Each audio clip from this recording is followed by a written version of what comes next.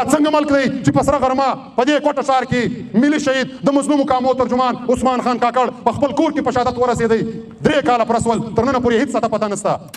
غوندې صرف چې ښار کې ګیلمن وزیر په سر کې ول کېږي تر ننه پورې هېڅ څه پته اسلام آباد کې علي وزیر د یو اکسیډنټ په کیس کې نیول کېږي پر ده باندې د چرسو د افیمو د ترهګرۍ د دهشتګردۍ اف آی آران درج کېږي بیا موږ څنګه دا ومنو چې دا زما ملک دی په دې کې زما د حقوقو تحفظ کېږي دا خبره درواغ ده په دې خبرو باندې موږ خپل کام 13 کاله غولولی دی او نور پکار دا دی چې خپل کام ته حقیقت ښکاره کړو دا غوا کېدلو دپاره ویګو ګاډۍ ضروري ده او د هغه ویګو ګاډۍ به تورې چشې وي او په هغه ویګو ګاډۍ کې به 8 مسلح کسان ناست وي چې مخان یې تړلي وي او ستا په جیب کې به د فرشتو کارډونه وي چې پر یو چیک پوسټ څوک نشي راګرځولی نو بیا ته څوک هغه کولی سي نو دا سامان د چا سره دی د چا سره دی دا سامان دا دلته د یوې سیاسي پارټۍ د خلکو سره نشته دا د یوه سیاسي پارټۍ د مشر سره نشته دا د یوه کاروباري سره نشته دا د دې د کینټ د خلکو سره دی نو بیا دا مصور خان دوی اغوا کړی دی که نن هم دلته اجازت ورکول سي دې ولس ته چې په دا کینټ ورننوځو دا مصور خان او دلته چې تر 10 زره زیات کسان ورک دي مسنګ پرسن چې موږ ورته وایو دا به ټول دلته په ورځ د 14 اګست په ورځ د قائد اعظم ډې په ورځ په بله ورځ باندې دلته خلک ناست وي زرغونې جنډې راخیستي نن چیرې دي هغه خلک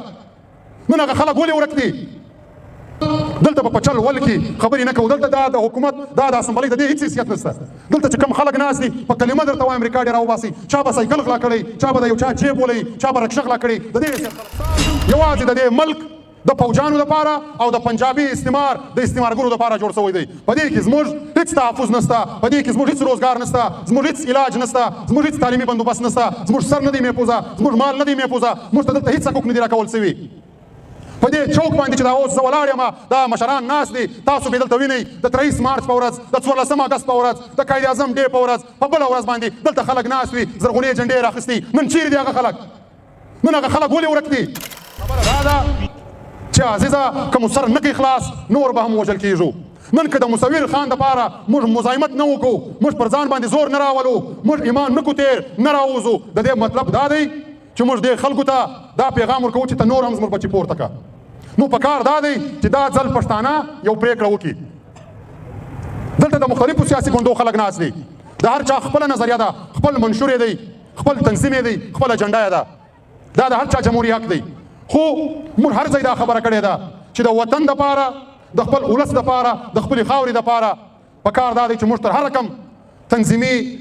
سیاسي اختلافاتو څخه تیر سو یو ځل خپل وطن وګټو خپل ولس وګټو خپل ولس محفوظه کړو بیا د هر چا خپل سیاست مبارک خو دلته په دې واقعه کې ټول سیاسي ګوندونه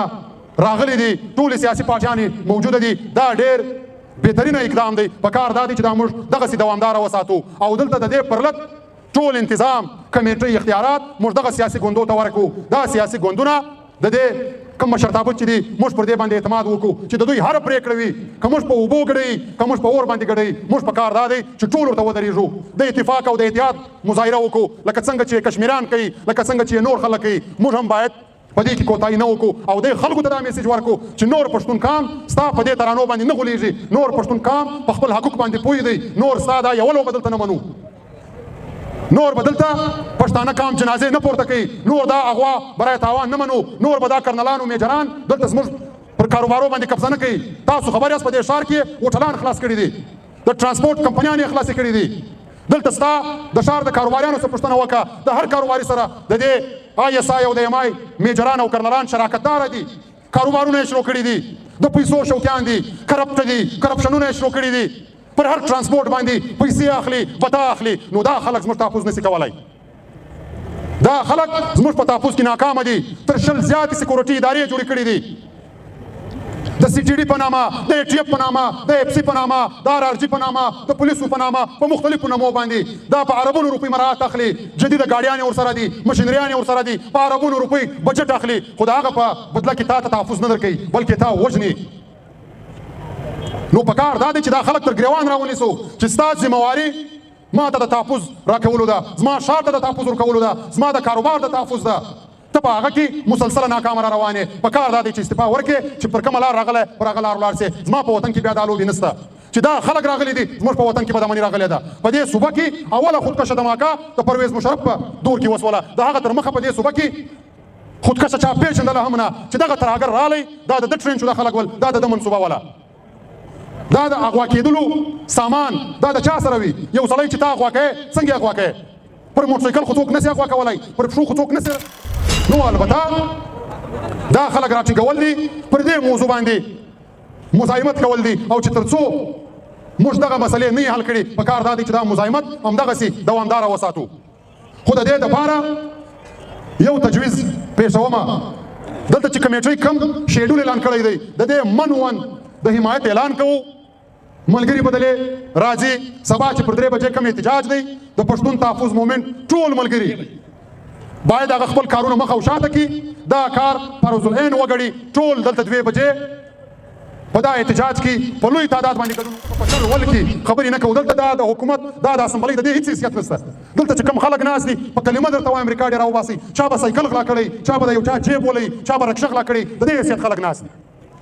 دا ټول د دوی په اشارو باندې ناست دي دا د دوی چپړاسیان دي نو په کار دا دی چې هغه اصل خلکو ته لاس ونیسو هغه دغه 2